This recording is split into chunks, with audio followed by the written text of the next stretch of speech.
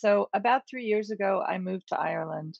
I did this because of what was happening in my life. So as Brady said, I have spent pretty much a lifetime now working on open source and some very important projects.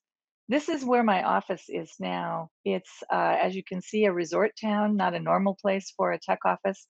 And I went to work for this company, at least in part, because it was here and the CEO wanted to stay where he was born. But through no fault of our own, we ended up writing the most popular COVID tracing app, contact tracing app in the world. And so this presentation is about how you can't ultimately change what happens to you. Life just happens, and you have to go with what you know. I've had wanderlust my whole life. This is Morocco. I lived in Morocco for 2 years while I was in the Peace Corps right out of college. I've lived a lot of places and a lot of really pretty places that weren't America. And at some point, I realized that you could travel full time if you just got interested in open source. And there are a few of us, some of us in the audience now, that spent about 10 years traveling full time to make open source real by evangelizing it around the world. And it was really fun. But the truth is, my houseplants looked like this the whole time. I was so often gone and not home. It was kind of silly even to have a home. And I decided, and maybe this is wrong, that I could change my life by moving elsewhere, and maybe finding a little more peace, realizing that software isn't always as important as we think it is. It's not world peace. It's certainly not super important to humanity most of the time.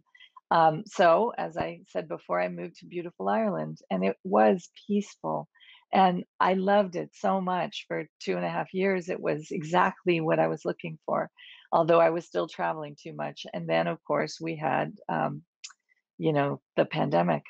And boy, it stopped everything. In fact, Ireland just today decided they're stopping again because they need to flatten their curve again. They don't have enough hospital resources, so they have to stay on top of that flattening. So, we wanted to work on the contact tracing app because we wanted to help people get back to something like a normal life and not have to stay far away from each other with fear. And, I'm not opposed to masks. I think they're great. But we need ways for people to feel safe.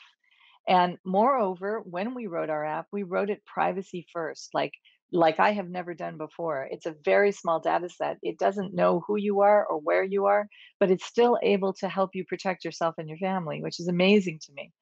And we added a lot of features that the European Union didn't want us to add, like symptom trackers. They wanted that to be a separate app. But we thought, if we don't put it all in one app, how are we going to get people to use all these different bits? And this turned out to be a really useful feature. This one was even more useful. It's information about where more cases are so that you can make choices about where to spend your summer. And a lot of people use this. I mean, we have the best penetration of any contact tracer in the world, almost 40% of our population. Part of why that happened was because we used open source. We open sourced the code base so that privacy advocates could look at it before we tried to get people to use it. And they became our biggest advocates. And that's why we have such a big install base. Then, after we released it and got such a great response, we started worrying about our neighbor to the north, Northern Ireland. Of course, those 6 counties are behind a border that almost 30,000 people cross over every day. And the UK was taking a different tack. So we asked them if they would use our app, and they said yes.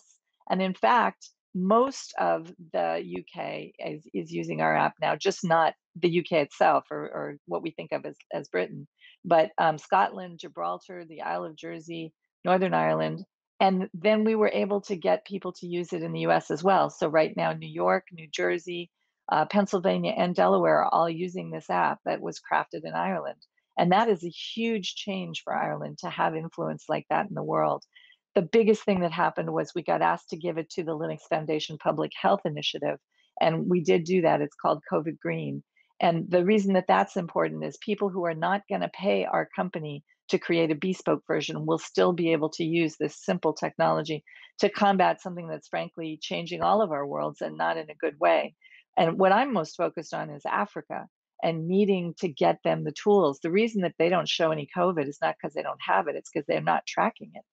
So my takeaway for you today is, if you have the opportunity to download a COVID tracing app to use in your locale, and California is about to have that opportunity, use it. And if you don't have an app, go to COVID Green and try to get your local public health initiative interested in that. Thank you.